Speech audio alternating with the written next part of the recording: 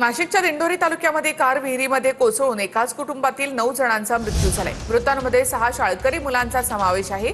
मृतांच्या वारसांना 5 लाखांची मदत जाहीर करण्यात आली आहे। दुर्घटनेप्रकरणी विहीर मालकावर सदोष मनुष्यवधाचा गुन्हा दाखल करण्यात आलाय।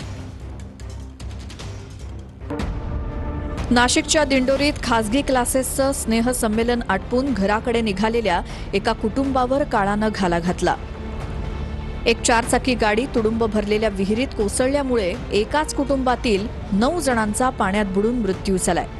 मृतांमध्ये 6 विद्यार्थी आणि पालकांचा समावेश आहे। रस्त्याच्या मध्ये अशा प्रकारच्या विहिरी ज्या आहेत किंवा असं कुठे जिथे रहदारी आहे अशा ठिकाणी तर तात्काळ त्याचं एक प्रकारे ऑडिट करून आणि त्याला त्याची तिथे आवश्यकता आहे का किंवा त्याला काय उपाययोजना करता येतील, कारण इथे असं लक्षात आलं की भिंत होती पण ती छोटी होती, ती कदाचित मोठी असती तर एखाद वेळेस ते वाचू देखील शकले असते।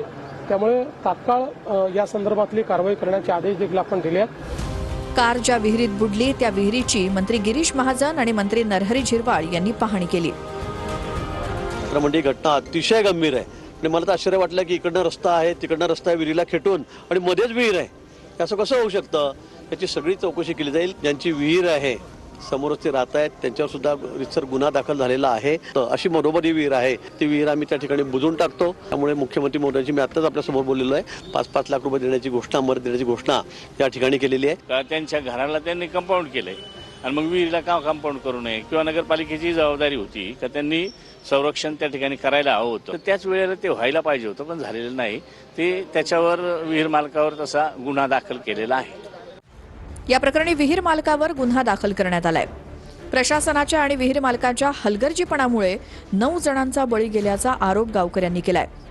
तिची हाईट पण मोठी पाहिजे होती आणि त्या विहिरीवर लवकरात लवकर कारवाई करून ती विहीर पूर्णपणे बुजवली पाहिजे। मुख्यमंत्र्यांना मी आवाहन करतो। काय गोंधळ झाला? काल कार्यक्रम संपल्यानंतर गाडी तिथून निघाली, विहीरचा अंदाज आला नाही आणि विहीरला कथाडा वगैरे संरक्षण भिंत वगैरे कसलं काहीच नसल्यामुळे ती विहिरीमध्ये सरळ गाडी गेली।